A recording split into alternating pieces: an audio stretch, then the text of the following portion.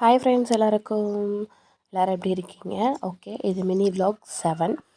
இது பார்த்திங்கன்னா காட்டுக்கு சொட்டு நீர் போகிறதுக்காக பைப் ஓஸெல்லாம் வாங்கிட்டு வந்து வச்சுருக்காங்க. கிட்டத்தட்ட இது ஒரு ஒன் ஒரு 1 மந்த்தாக ப்ராசஸிங் போயிட்டுருக்கு. இன்றைக்கி தான் வந்து எல்லாம் போகிறதுக்கு ரெடி பண்ணி வச்சுருக்காங்க. சொட்டு நீர் போகிறதுக்கான பைப்பு, அந்த டீ பைப்பு, லேம்பு எல்லாமே வந்து இருக்குது. நேற்று வந்து ஜேசிபி வச்சு ஆணி பறித்து குழியெல்லாம் பறித்து பைப்பெல்லாம் எடுத்து போட்டிருக்காங்க. இன்னும் சில பல வேலைகள்லாம் இருக்குது. இந்த வேலையெல்லாம் முடியறதுக்கு இன்னும் 2-3 நாள் ஆகிடும் கண்டிப்பாக.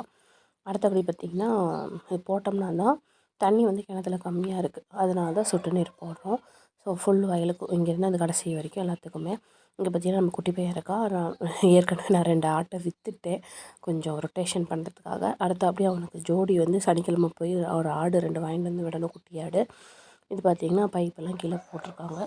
இனிமேல் வந்து வேலைகள் இருக்குது, வருவாங்க இதுக்கு மேலே. அப்புறம் வேலை செய்கிற ஆளுங்களுக்கு வந்து சாப்பாடு ரெடி பண்ணோம். காலையிலே டீயில் வச்சு கொடுத்துட்டேன்.